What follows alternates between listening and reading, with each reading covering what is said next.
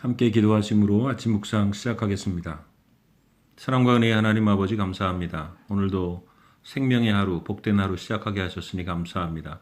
하나님이 계획하신 하나님의 뜻이 오늘도 우리의 삶 속에 이루어지는 아름다운 역사가 있도록 인도해 주시고 하나님의 뜻을 깨닫고 하나님의 선하신 뜻을 또한 이루며 살아가는 복된 하루가 될 수 있도록 인도해 주옵소서. 함께 해주시기를 원하오며 예수 그리스도의 이름으로 기도하옵나이다. 아멘. 함께 찬송가 436장 찬송하겠습니다.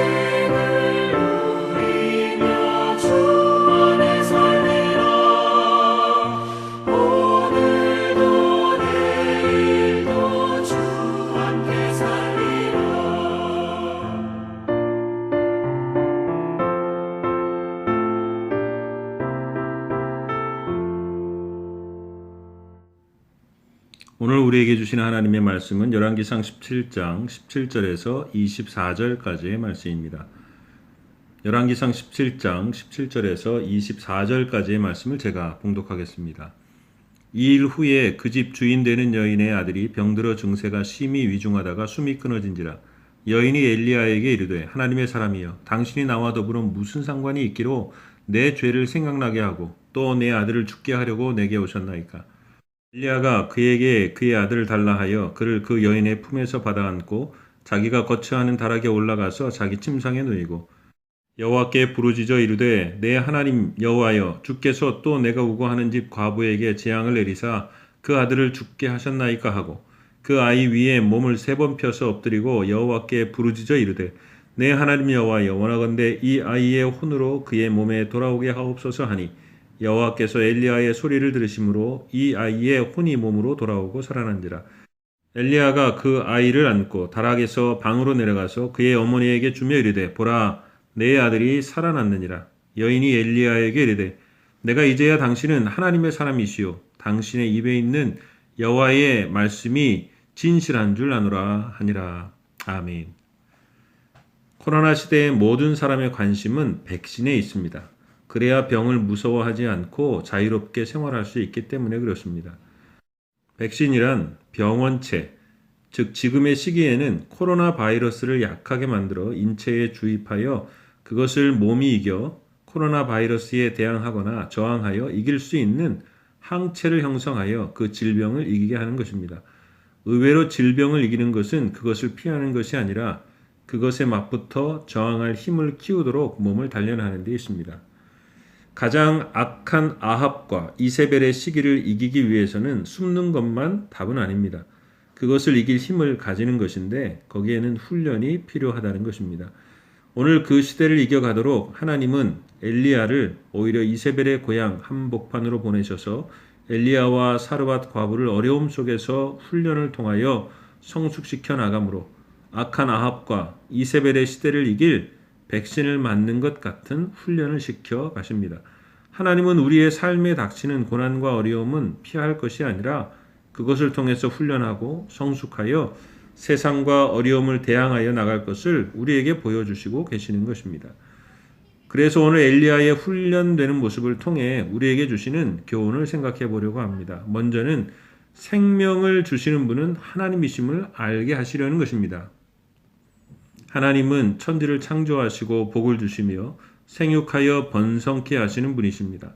그러나 인간의 죄는 그 생명과 복의 하나님의 본성을 가리웠고 잘 알지 못하고 하나님에 대하여 오해를 하고 살아가게 됩니다. 창세기의 노아의 방주와 바벨탑 사건은 사람들로 하여금 하나님을 오해하도록 만들었습니다. 그래서 하나님은 창세기 12장에 아브라함을 부르셔서 복을 주시고 그를 통하여 복을 주실 것을 말씀해 주십니다. 아브라함으로 그 하나님이 어떤 분임을 보여주시려는 것입니다. 사실 아브라함의 삶을 보면 특별한 업적이 있는 것은 아닙니다. 그는 믿음의 조상이 되는 것 외에는 다른 것이 없습니다.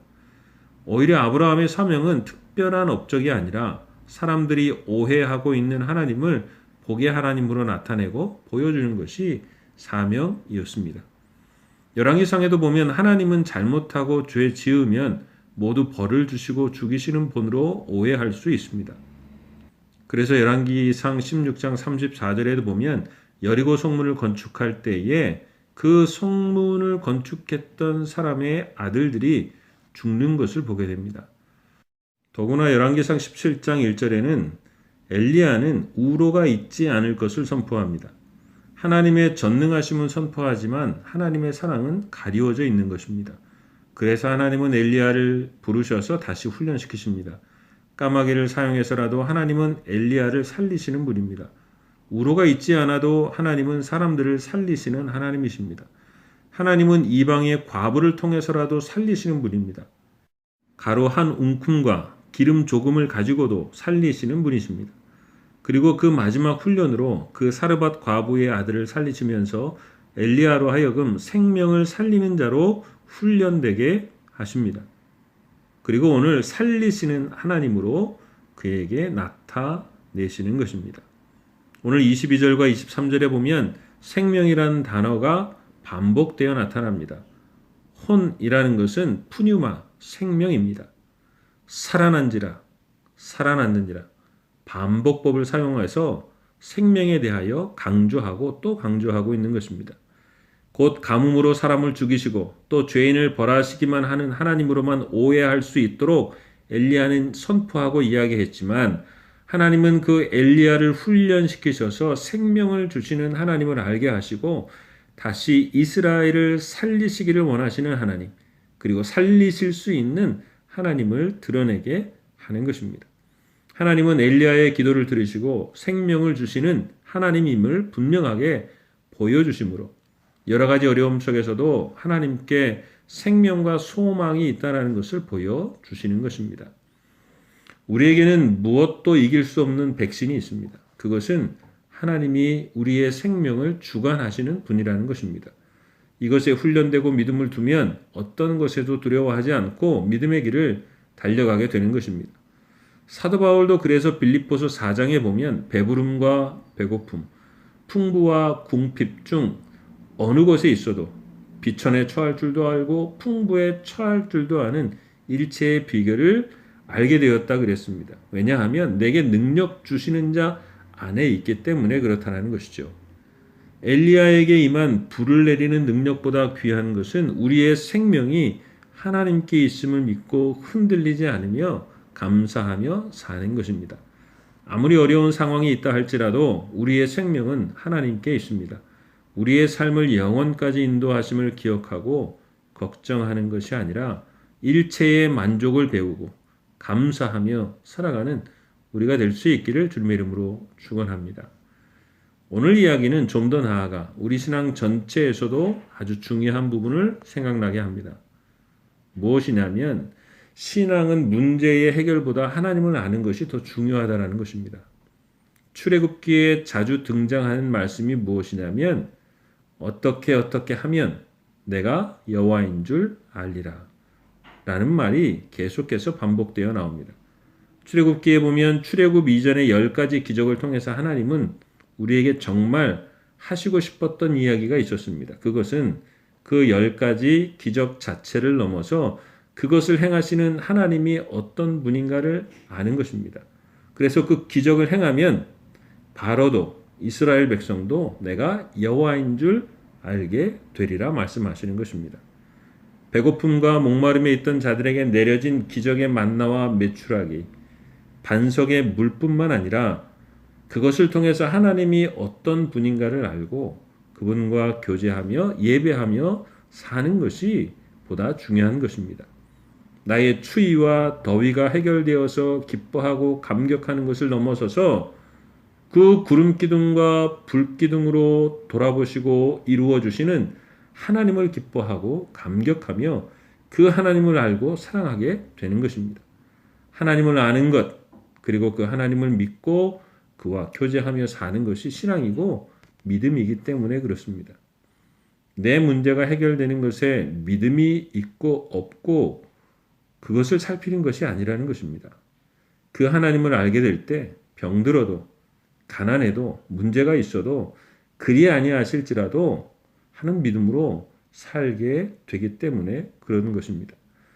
사람이 문제가 있어 하나님 앞에 나왔다가 문제가 해결되면 다시 예전의 생활로 돌아갑니다. 그 문제와 해결의 과정 가운데 하나님을 제대로 만났다면 그 하나님을 그 문제를 통해서 더 가까이 가게 되고 사랑하게 될 것입니다. 하나님은 때로 문제를 통하여 사람을 하나님 앞으로 더 나오게 하십니다. 하나님을 알고 믿는 것보다 복이 없기 때문에 그렇습니다. 그러나 우리가 하나님 앞에 오는 것은 나의 문제 해결을 위함이지 하나님이 아닐 때가 많습니다. 그러나 성경은 하나님을 아는 것이 복이라고 합니다. 하나님을 가까이 하는 것이 복이라고 합니다. 그래서 하나님은 여러 가지 기적과 어려움을 통해 하나님 앞으로 부르시지만 사람들은 하나님을 잘 알지 못한 채 문제 속에서 또 문제와 어려움, 그렇게 반복되는 삶을 살아가는 경우들이 많다는 것입니다. 이스라엘 백성의 문제가 그것이었습니다. 광야에서 배고픔과 목마름, 추위와 더위는 해결했는데 거기에만 머물렀습니다. 그것을 나타내시는 하나님과 그의 사랑까지 나아가지 못했고 관심도 없었습니다. 그래서 호세아 선지자는 호세아 6장 3절에 그러므로 우리가 여호와를 알자 힘써 여호와를 알자 외치고 있는 것입니다.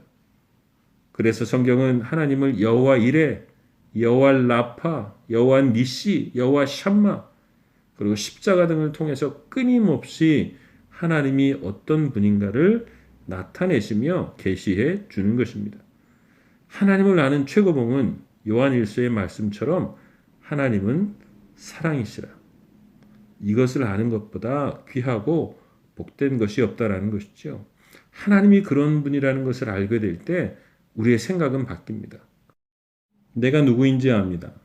이 문제가 무엇인지를 알게 되는 것이죠. 그 안에서 하나님이 어떻게 역사하시는지를, 그리고 나를 어떻게 만들어 가시는지를 새롭게 알게 된다는 것입니다. 요즘 드라마 중에 잘 알지 못하지만 가족입니다 라는 드라마가 있습니다. 이 드라마의 제목만 보면 그 내용과 상관없이도 여러 가지로 생각할 수 있는 부분이 있다고 생각합니다. 그러나 오늘 드라마의 제목을 빌려 오늘의 말씀을 생각해 보자면 우리는 하나님을 얼마나 알고 있습니까? 아는 만큼 보인다는데 우리는 그 보여주신 만큼 하나님을 믿고 있습니까? 오늘 보여주신 만큼 오늘 우리의 삶이 새롭게 되고 오늘 그렇게 살고 있습니까? 오늘 우리의 어려움의 해결이 하나님께 있다면 우리가 하나님을 아는 것은 무엇보다 중요한 것입니다. 그 하나님을 알 때 우리는 그분의 사랑과 은혜, 그분의 일하심을 우리의 삶 속에서 알고 보며 안심하고 그를 온전히 의지할 수 있는 것입니다. 그것이 우리의 흔들리지 않는 믿음이 되는 것입니다. 오늘 하나님의 말씀과 우리의 모든 일들 속에서 하나님을 더욱 깊이 알아가는 복된 매일의 삶이 될 수 있기를 바라며 또 그것으로 승리해가는 믿음의 성도들이 될 수 있기를 주님의 이름으로 축원합니다. 함께 기도하겠습니다. 사랑과 은혜의 하나님 아버지, 오늘 우리의 삶과 전 인생과 영원히 하나님 앞에 달려있는 것을 다시 한번 확신하며 살게 인도해 주셔서 오늘 우리의 상황으로 인하여 낙심하거나 두려워하지 않도록 인도해 주시고 하나님을 의지하고 하나님 앞에 내어 맡기는 삶이 될 수 있게 도와주시며 하나님의 약속을 의지하고 살아가는 우리의 삶이 될 수 있도록 도와주옵소서. 하루를 살아가며 다른 무엇보다 오늘도 하나님을 깊이 만나고 더 알아가고 사랑하는 복된 하루가 될 수 있도록 인도해 주시옵소서. 오늘 우리의 모든 문제 속에 함께 하시는 예수 그리스도의 이름으로 기도하오나이다. 아멘. 하늘에 계신 우리 아버지, 아버지의 이름을 거룩하게 하시며 아버지의 나라가 오게 하시며 아버지의 뜻이 하늘에서와 같이 땅에서도 이루어지게 하소서. 오늘 우리에게 일용할 양식을 주시고 우리가 우리에게 잘못한 사람을 용서하여 준 것 같이 우리 죄를 용서하여 주시고 우리를 시험에 빠지지 않게 하시고 악에서 구하소서. 나라와 권능과 영광이 영원히 아버지의 것입니다. 아멘.